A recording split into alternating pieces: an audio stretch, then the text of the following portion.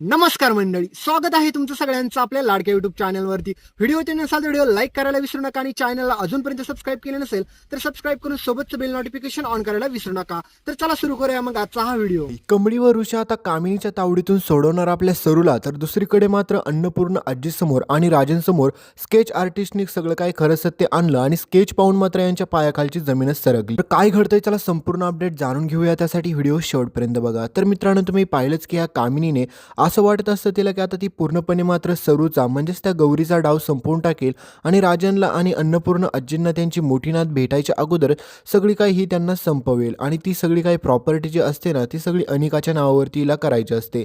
म्हणून या माजुरीचा एवढा सगळा काही प्लॅनिंग चालू असतो, पण तिला माहीत नसतं की तिने किती जरी प्रयत्न केले तरी शेवटी तिला अपयशच येणार आहे. कारण की आता तुम्हाला पुढे माहीत होईल, ऋषी काही जरी केले तरी शेवटी म्हणतो की स्केच आर्टिस्टला मला वाचवलं पाहिजे आणि राजन काकांपर्यंत त्याला घेऊन गेलं पाहिजे. कारण की तुम्हाला माहितीच आहे की त्याच्यावरती हल्ला करण्यासाठी कामिनीने चक्क खूप सारे गुंड पाठवलेले असतात. तर कामिनीचा हाच डाव फ्लॉप करण्यासाठी ऋषी कंबळीला देखील मदतीला घेतो आणि त्यांना देखील माहित असते की त्यांच्या घरातील साधू गायब झालेला आहे. साधना काकूंना शोधण्यासाठी ऋषी आणि नयनतारा दोघेजण देखील म्हणतात की आपण पोलीस कंप्लेंट करूया, पण तरी देखील त्यावेळेस मात्र ऋषी एकच गोष्ट सांगत असतो आईला की अगं आई, आपण जर पोलीस कंप्लेंट केली तर हे आपल्या फायद्याशीच येईल. कारण की साधना काकू अशा अचानक आपलं घर सोडून नाही जाणार, कारण की त्यांचा आपल्यावरती देखील खूप विश्वास आहे आणि आपला देखील त्यांच्यावरती विश्वास आहे. त्याच्यामुळे आपण एकदा त्यांच्यासाठी ट्राय करणं गरजेचंच आहे. त्यामुळे ऋषी म्हणतो की आपण त्यांचा शोध घेऊया, आपण CCTV फुटेज चेक करूया, मग त्याच्यानंतर आपल्याला समजेल की त्या नेमक्या गेल्या कुठे. त्यावेळेस मात्र आता हे सगळं ऋषीचा प्लॅनिंग असतो की आपण काही जरी केलं तरी साधना काकूंना शोधून काढायचं. तर दुसरीकडे बिचाऱ्या कंबळीला माहीत देखील नसतं की ती ज्या व्यक्तीला शोधायला जाणार आहे ती तिची स्वतःची आईच आहे म्हणून. तर आता कंबळीला मात्र सगळ्यात मोठं भयानक सत्य आता कंबळीसमोर देखील येणारच आहे, कारण की ती ज्या व्यक्तीला शोधायला चाललेली आहे ना ती तिच्या आईला शोधते. तर दुसरीकडे आता स्केच आर्टिस्टवरती हा जीवघेणा हल्ला झाल्याच्या नंतर त्याला माहीत असतं की आपल्याला कोणत्याही क्षणाला ही लोक मारून टाकतील. पण बिचारा ऋषीने तर एकदा स्केच आर्टिस्टला वाचवलेला असतो, पण स्केच आर्टिस्ट आता एवढा भयानक डेंजर तिकडून पळत चाललेला असतो की त्याला काही सांगायलाच नको. आणि ह्या कामिनीने गुंडांना पैसे दिलेले असतात की ज्या ठिकाणी तो सापडेल त्या ठिकाणी त्याचा खेळ संपवून टाका. कारण की एकदा का जर स्केच आर्टिस्टच जर संपला तर त्याच्यानंतर मग राजन आणि अन्नपूर्णाला त्यांच्या नातीचा फोटोच भेटणार नाही आणि तिला शोधता देखील यांना येता येणार नाही. तर अनिकाने जो काही मूर्खपणा केलेला असतो तुम्ही पाहिल्याप्रमाणे, ज्या प्रकारे तिने ते स्केच फाडून टाकलेलं असतं आणि तिला वाटत असतं की तेच खरं ओरिजिनल स्केच होतं, तर असं काहीच नसतं. कारण की आता त्या स्केचमुळेच खूप मोठा गोंधळ उडून जातो. कारण की तुम्ही पाहिलंच की निंगीने जे काही स्केच घेऊन आलती त्या ठिकाणी, तर निंगीकडेच खरं ओरिजिनल स्केच असतं. तर आता पुढे तुम्हाला हे पाहायला भेटेल की हॉस्टेलवरती गेल्याच्यानंतर कंबळी आणि निंगीला ते स्केच परत जे असतं ते दुसरं ते उघडून पाहतात, तर त्यामध्ये मात्र कंबळीचा फोटो असतो. तर कंबळी म्हणते की हे कसं शक्य आहे, माझा फोटो या स्केचमध्ये कसा असेल, काहीतरी गैरसमज झालेला असेल. पण त्यावेळेस मात्र निंगी म्हणते की मी तर तुझं स्केच काढलंच नव्हतं, मग हे स्केच नक्कीच त्या माणसाकडे तुझं होतं. तर त्यावेळेस मात्र आता कंबळी म्हणते की हे आपण अन्नपूर्णा आजीला देणं योग्य राहील का, कारण की त्यांना वाटेल की आपणच हे सगळं काय असं केलेलं आहे.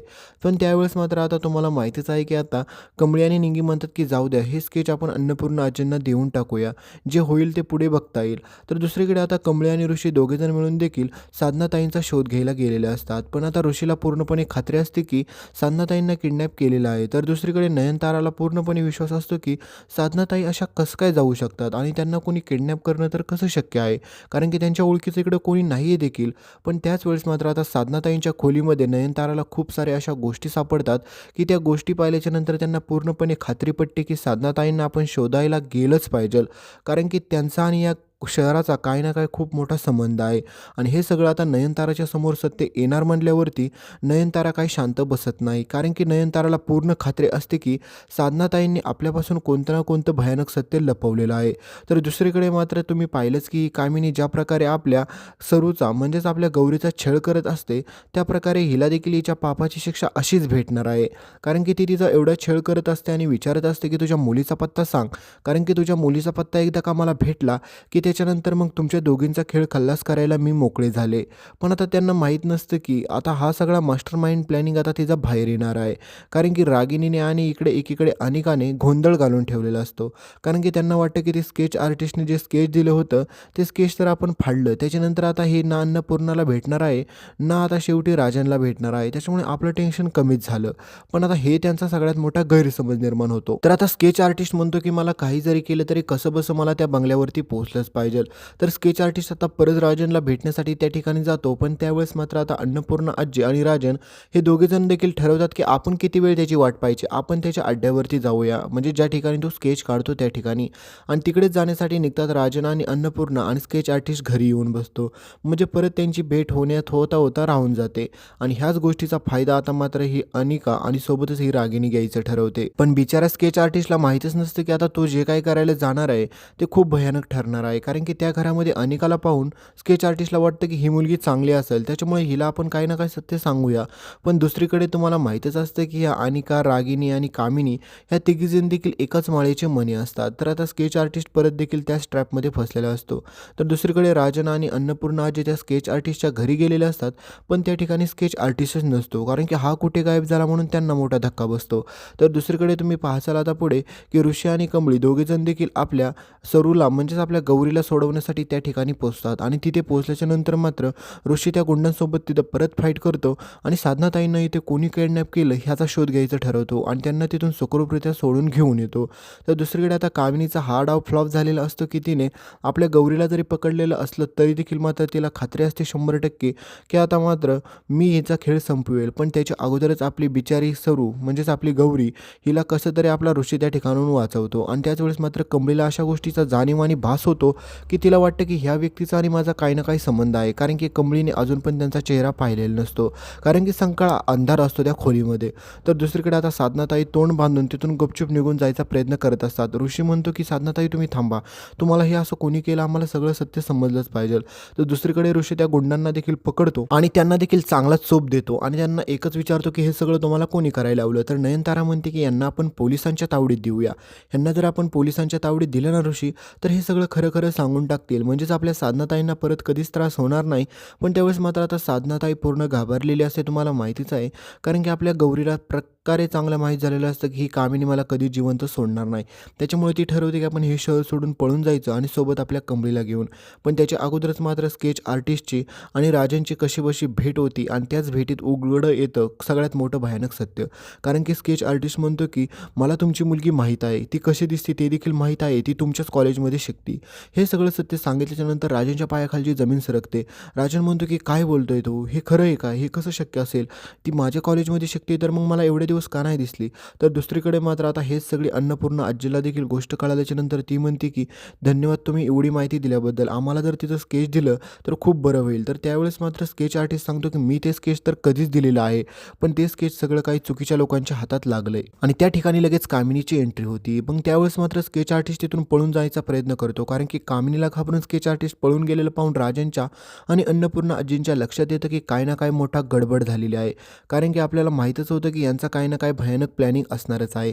तर आता कामिनीला वाटत असतं की तिने जे काही केलं ना, म्हणजेच आता ती चांगल्या प्रकारे वाचेल त्या ठिकाणाहून. पण नाही मित्रांनो, कारण की स्केच आर्टिस्टने दिलेल्या माहितीनुसार आता राजन आणि आपली अन्नपूर्णा आजी दोघीजण देखील ह्या आता कामिनीची चांगल्याच प्रकारे वाट लावायच्या मार्गावरती असतात.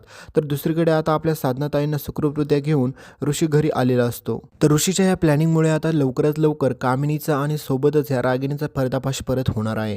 कारण की पुढे तुम्हाला पाहायला भेटेल की ते गुंड पोलिसांना सांगतात की हे सगळं आम्ही कामिनीच्या सांगण्यावरून केलं होतं. तर आता त्याच वेळेस मात्र नयनताराला अगोदरच त्यांचा बदला घ्यायचा असतो आणि तिला याच्यापेक्षा चांगली संधी कधीच भेटणार नाही तिच्या लक्षात येतं. आणि ती म्हणते की आता कामिनीचा पापाचा घडा भरलेला आहे, तिला एकदा सोडलं तर काय, ही पार आता माझ्या घरातल्या लोकांना देखील त्रास द्यायला निघाली. त्याच्यामुळे आता काही जरी झालं तरी नयनतारा म्हणते की ह्या कामिनीचा आणि रागिणीचा मी आता चांगल्याच प्रकारे मात जिरवते. कारण की ह्यांना जरा पोलिसांची थर्ड टॉर्चर डिग्री दिली ना तरच ह्या सुधारतील, मला याची चांगलीच खात्री पटलेली आहे. तर दुसरीकडे आता नयनतारा पूर्णपणे असा प्लॅनिंग करते की त्यामध्ये चांगल्याच प्रकारे ह्या कामिनीला आणि रागिणीला अडकवण्याचा प्रयत्न करते. तर दुसरीकडे आता आपल्या स्केच आर्टिस्टने ज्या प्रकारे माहिती दिलेली असते त्याच्यावरून अन्नपूर्णा आजीला आणि सोबतच राजनला भयानक अशी बातमी कळालेली असते की त्यांना कळतं की त्यांची मुलगी जिवंत आहे. तर आता कमळी आणि निंगी दोघीजण देखील ते स्केच आता अन्नपूर्णा आजींना आणून देतात आणि त्यावेळेस मात्र खूप मोठं सत्य उघडकीस येतं.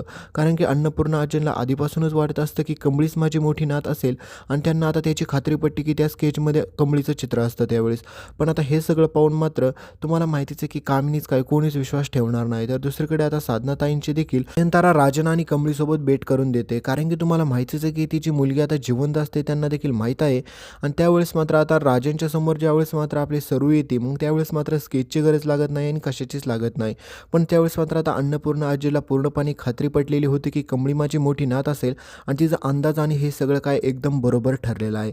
पण मित्रांनो, तुम्ही एक लॉजिकची गोष्ट विचार केली का? स्केच आर्टिस्टला जर एवढं स्केच राजनला द्यायचं होतं तर तो फोटो काढून देखील राजनला सोडू शकत होता ना. त्यांनी एवढा आटापिटा करायची जीवाची काय गरज होती?